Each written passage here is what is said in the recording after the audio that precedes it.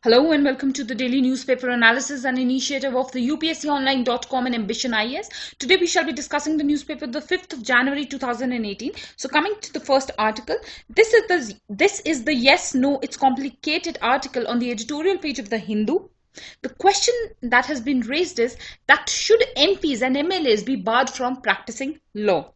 The context of this article is that at present, the MPs and MLAs who are lawyers are allowed to practice law in courts. But a petition has been filed in the Supreme Court to look into this matter, and arguments have been raised that such practice should be stopped and lawyers who have been elected as MPs and MLAs should be debarred from practicing law. So that is the petition which is under review in the Supreme Court, and in this regard opinions have been given. So the first opinion is that yes, they need to be debarred from practicing law, and the opinion that the author has given is that we do not need part-time legislators, we need dedicated parliamentarians. Now the arguments that he has given are that first and foremost there is a rule in the Bar Council of India. The rule 49 states that any full-time salaried employed, whether of a corporation, a private firm or the government, cannot practice as a lawyer before a court of law.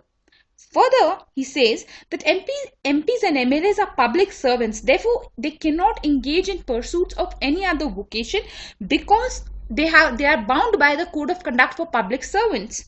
So that is the issue. Another thing is that both the works, that is of a lawyer or a legislator, are a full-time activity. So full attention should be given to the particular work of a legislator. There are an ambit of works under this. He should not only limit this work to simply going to the legislative body, but rather should involve greater social work of meeting people, solving their problems, field work. So that is what the author is trying to bring about, that this work is a full-time responsibility. Also, he says that legislators are given a car, they are entitled to a bungalow, they are entitled to an office and a salary, which all of it is given from public fund. In that scenario, they should serve the people. And there he again reiterates his opinion that India does not need part-time legislators, rather dedicated parliamentarians. Further, he talks about certain conflicts of interest that arise. First is that whenever a legislator is fighting for a particular petitioner, he is taking a fee from that petitioner. Now, in majority of the case, the petitioner is seeking a response from the government itself. So, the government becomes the respondent. In such a scenario, he is taking a fee from the petitioner and a salary from the respondent. Also, this is amounting to professional misconduct, as one cannot take public money and argue against the government. So this is a good issue that has been brought about. Now also another conflict of interest is that MPs and MLAs have a power to impeach a judge, to initiate impeachment proceedings against a judge. So in such a scenario, the judges can become biased. The complete unbiasedness, which is the hallmark of judiciary in India, is something that is not going to be sustainable in such a situation, as there is a conflict of interest. Further, they can become corporate lobbyists in the parliaments because they can be fighting cases for some corporate house, and in such a scenario they can lobby for them in the parliament. Further, the issue is that when other public servants, examples like the bureaucrats and other judges, are barred from engaging in professional services, why not legislators?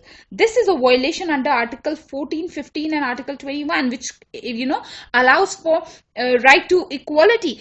Now bureaucrats and judges have high amount of checks on their employment beyond even post retirement. They are supposed to undergo a mandatory cooling off period, and judges are not allowed to practice as lawyers even after they are retired. So this is one issue, that if all other segments of the government, that is the executive and the judiciary, have limitations, then why is it that the MLAs and MPs are not being brought under that ambit? So that is another argument. Further, the author says that the definition of public servant under section 21 of the IPC and section 2 of the Prevention of Corruption Act includes legislators as well. So by that definition, they are very much public servants and they should adhere to the public servant norms which are prevalent in the country. So that is the opinion that the author here has given. Now coming to the second opinion, where he says that no, must, where that he says no, the MPs and MLAs should not be debarred from practicing law, and they should very much be allowed to do the same. The opinion that he gives is that Parliament must remain a melting pot of diversity, even in terms of expertise. Now, the arguments that he has given are that firstly, this would mean that other professions like chartered accountants, architects, medical doctors, engineers should also be banned, because how is it that only one particular profession is being debarred from practicing while other professions are not? So that is a issue that the author has brought about. Also, he says that it will result in an unemployable parliament. One has to understand that it shouldn't result in a scenario where the MPs and MLAs are unemployed, and not only that, they are unemployable. That is one argument that has been given in this part. Further, he says that there is a need for core competence, technocracy, expertise, and sectoral experience, which is much needed in public service. This has been reiterated in the Administrative Reforms Commission also, who are seeking this kind of expertise and technical competence by bureaucrats. So the author is arguing that when such kind of competence is required and has been advocated by experts, so why shouldn't such expertise be welcomed even in the parliament itself? Further, he reiterates his opinion that the parliament should be a melting pot of diversity. Also, he says that there is a criticism that it is a time wasting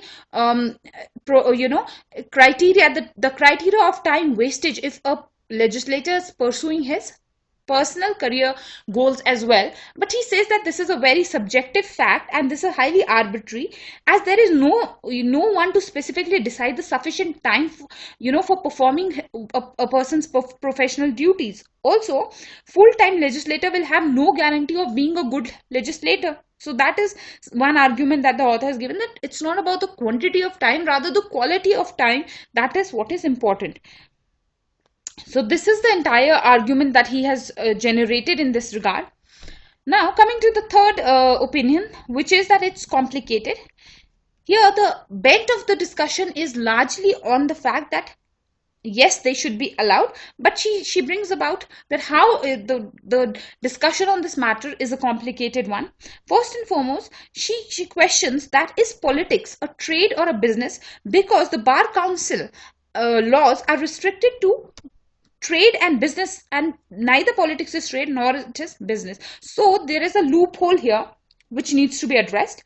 Also, the remuneration given to legislators is termed as an allowance rather than a salary. So the question is going to be raised that are they really public servants or they are not public servants? Further, she says that if doctors, chartered accountants, engineers, business tycoons can become MPs and MLAs, then why not lawyers? That is a matter of equality.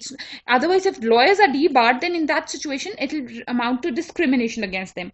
Also, there is if there is a question of lobbying, as I had mentioned in the first viewpoint also, that they can lobby. So the author here says that if that is the question, then lobbying can be done by everybody. For example, a doctor is elected as an MP. In that scenario, that the doctor can lobby for the entire doctor communities or for pharmaceutical companies. So that is something that is valid for all, and one particular profession should not be targeted here.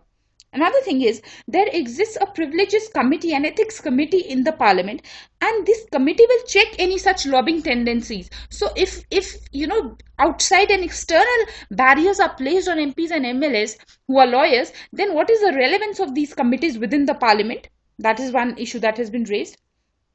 Also, the issue is of restrictions placed upon by the Bar Council of India and the Advocates Act. Therefore, the clarity that is required is not at the end of the parliament, but rather at the end of these associations of lawyers. So they are the ones who need to answer this question.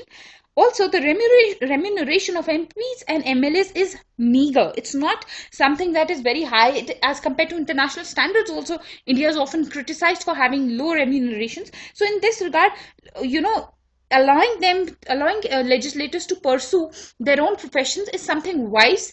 Also, it will not breed corruption. Otherwise, meager allowances that they are getting can act as an incentive for them to go ahead with corrupt activities. So that is one issue. Also, the issue is that this whole idea of practicing is more valid for the Rajya Sabha MPs rather than the Lok Sabha MPs, because the Lok Sabha MPs are in any way elected through first past the post system of elections, direct elections. So in such a scenario, they are more answerable to their constituency and they are more busy, whereas it is the issue is relating to the Rajya Sabha MPs, where they are not answerable to a particular constituency as they are elected indirectly. So they have this luxury of extra time which they want to utilize. So these are the arguments that have been given in this regard. The topic is very important from GS paper 2 point of view. Many a times such political debates appear directly as questions in UPSC mains. So that is the importance of the article. Coming to the next article, Civil Wrong Criminal Act. The triple talaq bill smacks of political opportunism. Now, because I have discussed so many articles on triple talaq, I shall not be going into very many details of triple talaq, because previous many articles are there. So if somebody wants to refer to the details, you can feel free to refer to the previous videos. But some de novo aspects that have been included in this editorial I shall be discussing. Those are, firstly, three basic concepts of triple talaq have been discussed. Some basic things which are there in the new bill, that is the Muslim Women Protection of Rights on Marriage bill, which is in the parliament and it has been passed by the Lok Sabha and is being examined by the Rajya Sabha. So the first aspect of this bill is that triple talaq, or any form of instantaneous and irrevocable divorce pronounced by a Muslim, is void. Second issue is that the Muslim husband pronouncing it is criminally culpable. Further, the offence is non-cognizable and non-bailable. So these are the three aspects in the bill. Now, the areas of concern are, first and foremost, it has a political undertone, which is that the intention of the bill is not solely making triple talaq void, because that has already been done by the Supreme Court in its August 2017 judgment on this issue. So the author brings about a fact that the intention is malified because the intention is largely on criminalizing triple talaq. So it is aimed at targeting Muslim men. So he's hinting at religious connotations in this bill. So that is the first controversial issue. Another thing is that how can there be a criminal proceeding for breaching a civil contract, that is marriage? This has been discussed previously also. That is one issue. Now the new aspect is that the complaint, who will file this complaint against the man in question, is something that is not clear. So it can be interpreted that it is not only the wife but also a third party that can file a complaint. Now this leaves a loophole, this leaves a scope for abuse and misuse of this legislation. Here what can happen is that because of for malified reasons, a person can falsely also accuse a person of uttering the triple talaq, and this person can get arrested, and this being a non-bailable crime, the wife, even if she's unwilling to prosecute her husband, will not be able to get him out of the jail. So this is one area where the woman herself will become a victim. Also, the question is that marriage being intact, why should a man be jailed for divorce? That is one justified question. Also, there is no question of subsistence allowance and custody as the marriage is remaining intact. Again, this issue has been raised here. Further, an opinion that the author has given is that gender justice should be neutral of religion. And he's brought about that how in previous many other cases, and how many other religions, women across various other religions are also victims and also are vulnerable. So the government should focus on making laws which are all encompassing rather than focusing solely on one particular law. Now this I had mentioned previously also, that the government was not so enthusiastic in previous cases like the Vishakha judgment of the Supreme Court, where the law was made 16 years after that judgment. So these are certain important points that are new to this article. With this, we'll shift to the next article. State of conflict. The opinion is who provoked the Maharashtra violence and how it got out of hand must be determined. Now the context is, as I discussed yesterday, the Bhima Koregaon issue. It is a small village. I will give you a brief about this because I have discussed it very much in detail yesterday. There has been violence in Maharashtra, and it has spread sporadically. It has begun from a small village, which is the Bhima Koregaon village in Pune. Now, what is the background is that 200 years from now, on the 1st of January 1818, a war was fought between the East India Company and the Peshwa Marathas. Now, the East India Company army was largely dominated by a Dalit community, that was the Mahars. And in the war, this war is the Third Anglo-Maratha War. And it was in this war that the Marathas were defeated, the Peshwas were defeated, and the East India Company became victorious. Now, over time, this war was not seen as a war against the British. Rather, it was marked by a victory of the Dalit community over the Brahmanical Peshwas. And a victory pillar, the Vijayastambh, was established in this village. And since then, it has served as a source of symbolically valor to the Dalit community. And it was in 1927 that Dr. Ambedkar visited this place and gave it the legitimacy that it holds today. Now, in the aftermath of its 200th anniversary, conflicts have arisen, and caste violence has erupted in the state of Maharashtra. This has resulted in various bands which have even affected in Mumbai. There have been metro bans in Mumbai. Bands have been declared. So this is the present scenario and the background of this issue. Now, some new issues that have been brought about in this particular editorial are that there have been critical administrative lapses in anticipation. This is important for your analysis because the matter was something that was festering for long, and this being the 200th anniversary, the administration should have anticipated this, which seems to be a loophole, which seems to have been a miss. That is one issue. Also, there is an issue of contested histories in India. Further, there is an issue of economic insecurities about jobs and livelihoods, which is the major area. The youth is getting pulled into such kind of conflicts because the youth is frustrated over jobless growths, and these problems of the youth are something that are not being addressed. Further, this has happened in the backdrop of some new reservation movements where some demands have been raised by the Marathas of diluting the provisions of the Scheduled Caste and Scheduled Tribe Prevention of Atrocities Acts. So this has resulted in worries amongst the Dalit communities and the vulnerable communities. So that is where the opinion is being generated that it should have been anticipated previously and proper law and order arrangements should have been made in this regard. Further, the opinion that has been given is that politics must bridge differences by addressing anxieties holistically instead of nurturing new polarized constituencies by widening fault lines. So that is one very good opinion that the editorial has brought about.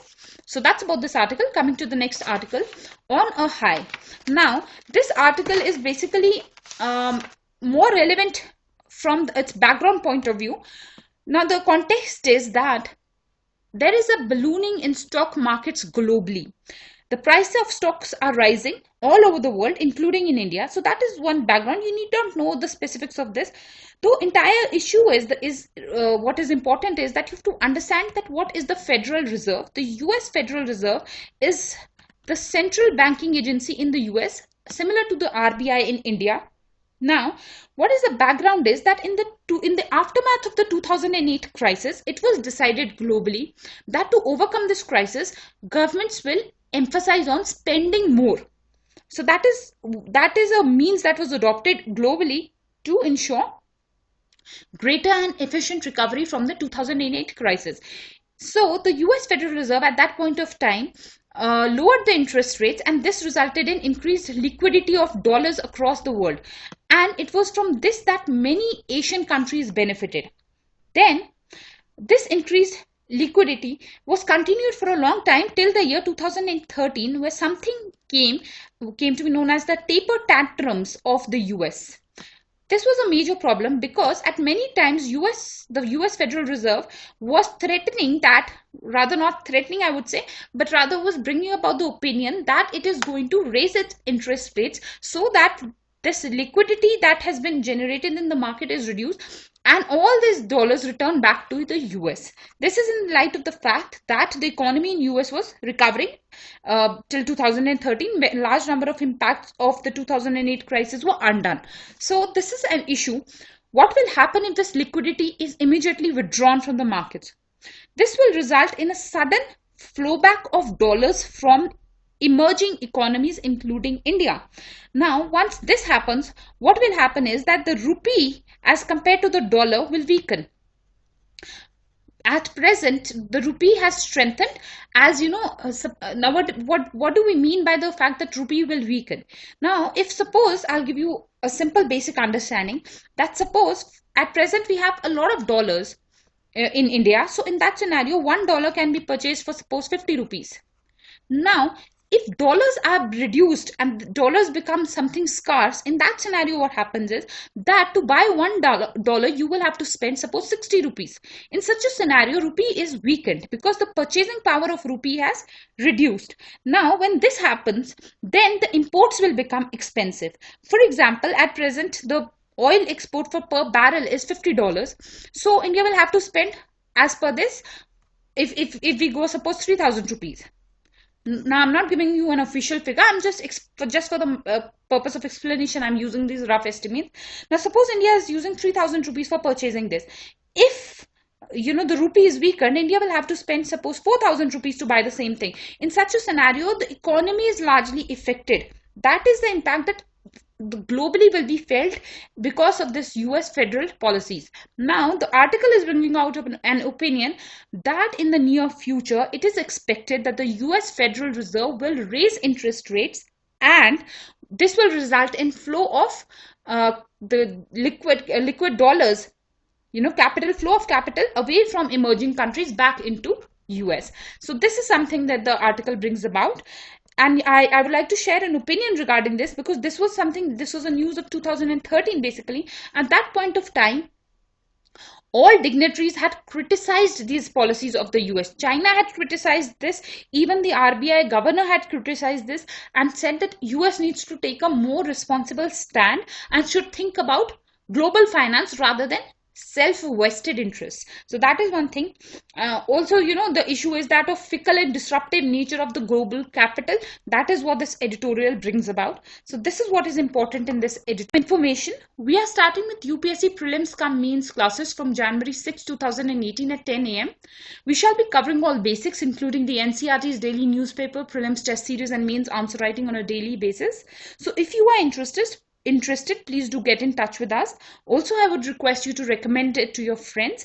These are our contact details, this is our address, and this is our phone number. So please do get in touch with us. With this, I finish today's discussion. I thank you all for watching and I hope to see you tomorrow. Thank you.